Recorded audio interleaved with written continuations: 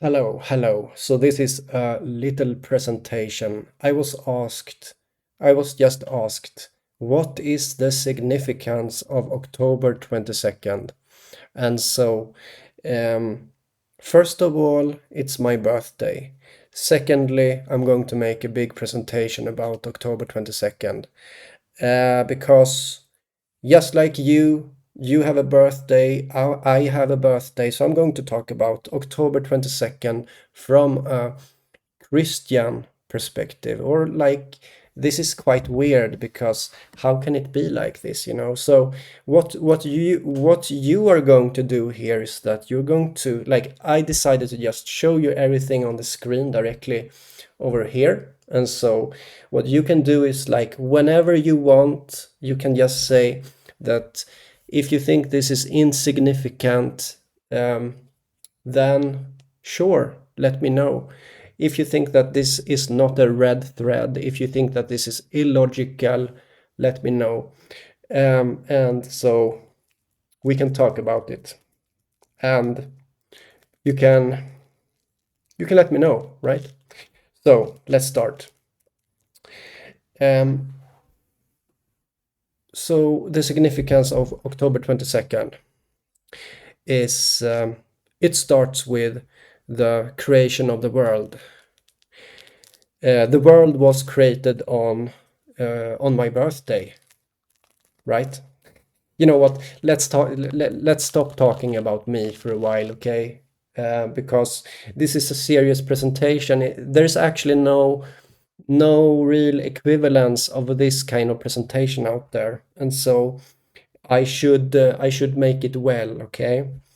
Yeah. So according to the Usher chronology, the world was created on October 22nd, 4004 BC. Okay, so somehow the world seems to have been created according to these biblical calculations. Okay, and let's continue. It was decided that Christ is both a man and a god on the Chalcedonian Creed, which had its most significant day of decision on October 22nd, 451 AD. So you could say that it was kind of decided on, it was the biggest day of decision, and it was decided that Christ is not only a man but a god. Okay, this was decided. So you could say, like, historically he officially became both on October 22nd. Second coming of Christ was calculated to occur on October 22nd, 1844, by William Miller, and this became a historical, like, this became a really big movement, and people prepared for it. And I'll show you proof of all of this in a while, okay? So people prepared for this, and it eventually became a movie also. There is a movie about this, which is historically accurate. And yeah. Then we have the October 22nd. If you look in the sky, it is the peak date of Ornoid meteor showers, which comes from Orion. And Orion has the three kings. So you could say that every year, October 22nd is the peak where the three kings, via Orion, gives gifts. You see, it's poetic, it's perfect.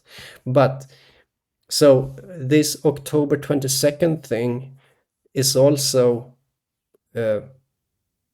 meteors from Orion, gifts from three kings. Okay, I'm going to show you evidence of this, and again, whenever you want to, you can just write in the chat. This is nonsensical. You can write if you want, and that's it, right? So let's continue. When Jesus was crucified, he said, my God, why have you forsaken me?" What he did was that he quoted a psalm, an already existing psalm. He didn't make up these words himself. This was not spontaneous. This was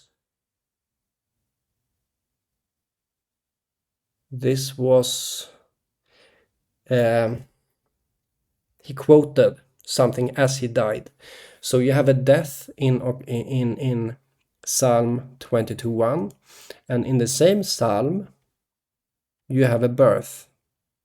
You have the birth in Psalm 22:10, where it says, I was cast upon thee from the womb. Thou art my God from my mother's belly. So something is born on Psalm 22:10. 22:10 is October 22nd again. So through this there is a red thread. You can see it in how October 22nd is the date that Orion gives meteor showers via three kings. You can see it that the world was created on October 22nd. These are facts. This is I'm not saying that. What I mean is that it is historically accurate. That's what I'm saying. What I'm saying is that I'm not making this up. That's what I'm saying. And so now I will show you sources, like I will show you evidence of why I just told you what I said, okay? So I'm just thinking I'm just thinking if I should say something more first.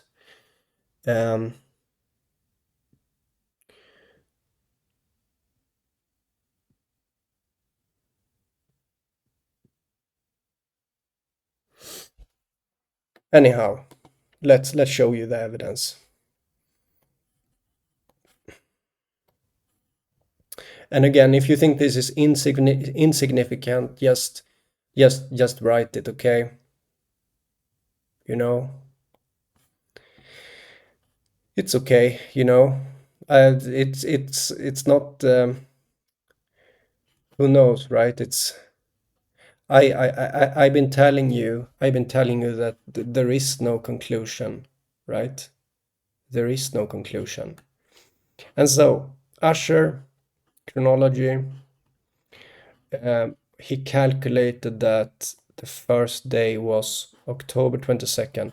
If you remove like that, you only take October, the first thing mentioned is October 22nd.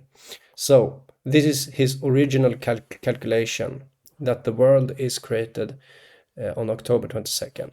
Okay, let's continue. Chalcedonian Creed. Oh, it looks like Schalk here. That's funny. So that is when Christ became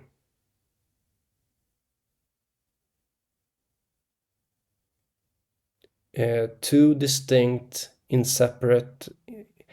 inseparable natures, divine and human. It was decided on October 22nd. If you check here, Chalcedonian Creed, you search for, you see here, the most important of all sessions was the fifth session held 22nd October. In this session, the bishops published a decree concerning the Christian faith, which must be considered as the specific dogmatic decree. So this 22nd of October, Christ officially became both man and God officially. Great disappointment. October 22nd is when. So it's a great disappointment because he didn't appear. So why? So October 22nd, 1844.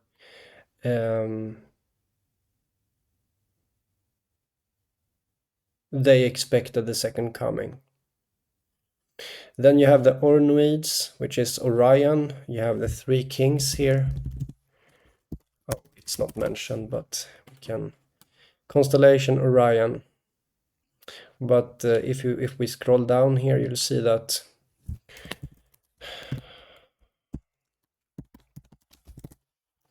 October 22nd is quite often the date of where it's peaking.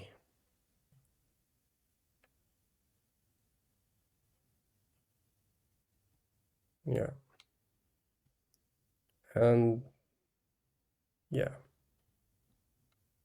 it's around there.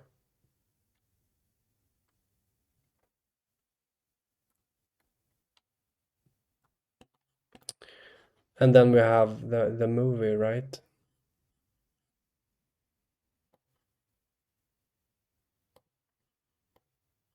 So that's it. That's the significance of October 22nd. So it's quite.